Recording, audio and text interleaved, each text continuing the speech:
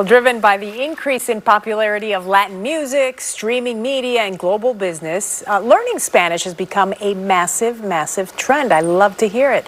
We know that learning a new language can be challenging, but our next guest has found a very unique and fun way to help people learn this new language. We welcome the founder of the Bilingual Improv School, Rudy Mendoza. Hello to you. Hi, Lourdes. Thank you for having me. Of course, of course. What a fun idea. I love this. So first tell me a little bit about you and what you do day to day, and then we'll talk about how this came up.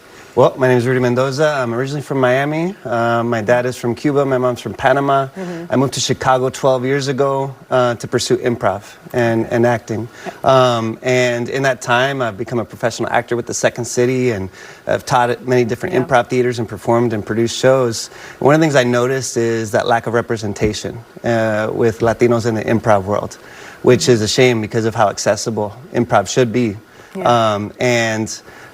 know, 1 in 3 Chicagoans is of Latino heritage, but my experience as a teacher was that it was like 1 in 15. Wow. And so that's sort of like the origins of the motivation. So is the issue that people are not going, Latinos are not going enough to watch improv, or there just aren't enough Latinos doing improv up on stage? I think it's common in my experience to see like Latinos maybe have heard of improv, maybe even seen an improv show, but when they don't see their culture reflected on stage, when they don't see their lived experience represented on stage, they kind of think, that's not for me, which is a shame because most of the funniest people I've ever known are Latinos, you know? We were talking about how Cubanos, they're so funny. You grew up with them, they're so funny. I do want to ask you how you decided to marry the two. So this idea of learning to speak Spanish, to be conversational in Spanish, but also mixing in a little sort of energy, you know, what's the word I'm looking for? Like improv and acting, right? Yeah, well, you know, I grew up always understanding Spanish, pero siempre me daba vergüenza hablarlo. I always felt a little bit insecure about my ability to speak Spanish. And, you know, during the pandemic, one of the things I did was I really pushed myself, there's no excuse with the internet and with all the resources available, to just focus on improving my Spanish. And so when things started to open up again, I decided to start pushing myself to perform and produce and host in Spanish, or as much as I could. And what I found is a tremendous amount of growth for me personally, and my confidence in my fluency with Spanish. And I wanted to offer that same kind of experience for anybody in a less scary way, in a more supportive, structured way. And actually that speaks to the roots of improvisation.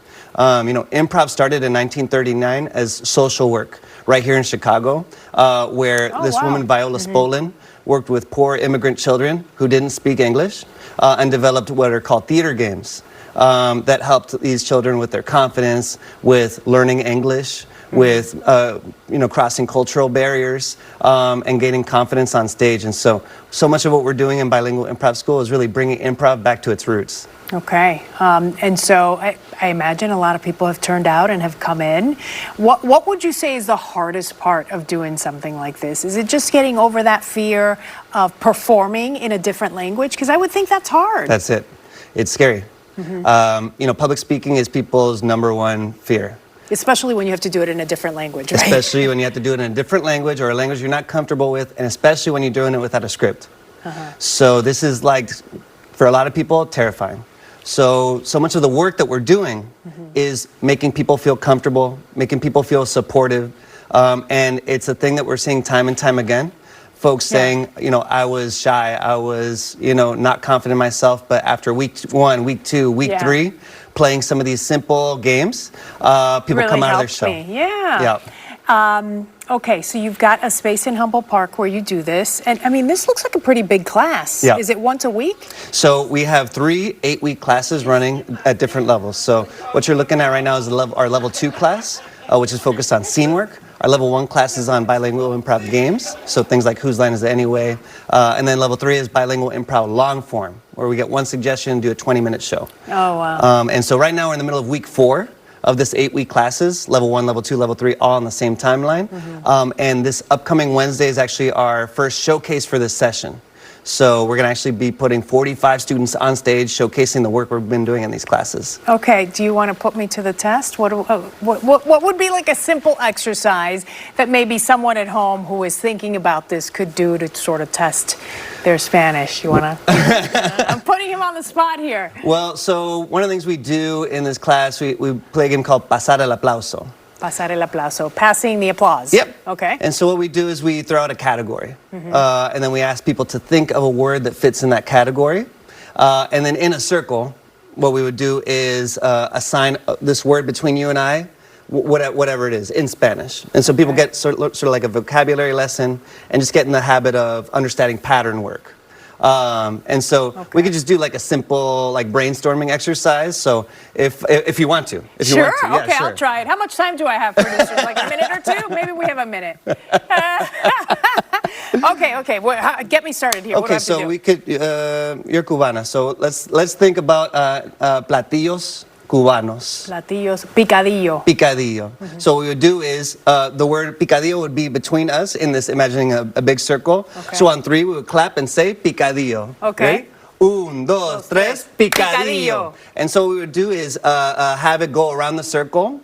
And I would like say 1, 2, 3, clap, right? And say the word on time, right? And eventually I would step outside of it and I would see if the group could get in a rhythm on their own without me basically making them clap and say it. So, so anyway, that's just like a little how taste. people learn and sort of a little bit of whether it's, foods or music or whatever it may be. Yep. Oh, I love that. How smart. You got to do something for kids. Yes. Is that something you're working on? So actually we facilitated 3 field trips for CPS high schools on the south and west side through an organization called Embark, a nonprofit that has helped us facilitate these workshops. Okay. And what's been special is that we've been the only vendor in their network that has offered an experience for folks who are ESL or don't even know any Spanish. Okay. And in the same room, they can experience this bilingual improv experience. Some folks are learning about confidence, stage presence, public speaking, and some folks are simply learning Spanish words and phrases, that sort of thing.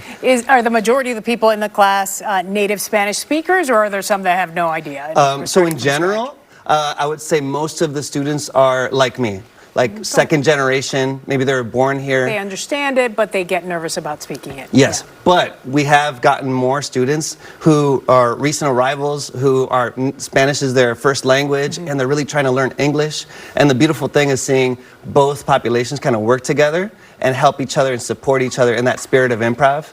To kind of get over those language barriers. What a great idea. Okay, so let's get the information. I don't know if we can get it up on the screen, but there's the website, bilingualimprovschool.com, bilingualimprovschool.com, and they can find out how to sign up for the courses. And you said it's an 8-week course, right? Yep. And I assume another one's starting here pretty soon? In about 4 weeks. Okay. We also offer drop-in classes every other week. Okay. So our next drop-in class is going to be this June 1st on Monday. They're always Monday nights. And the next one will be 2 weeks later.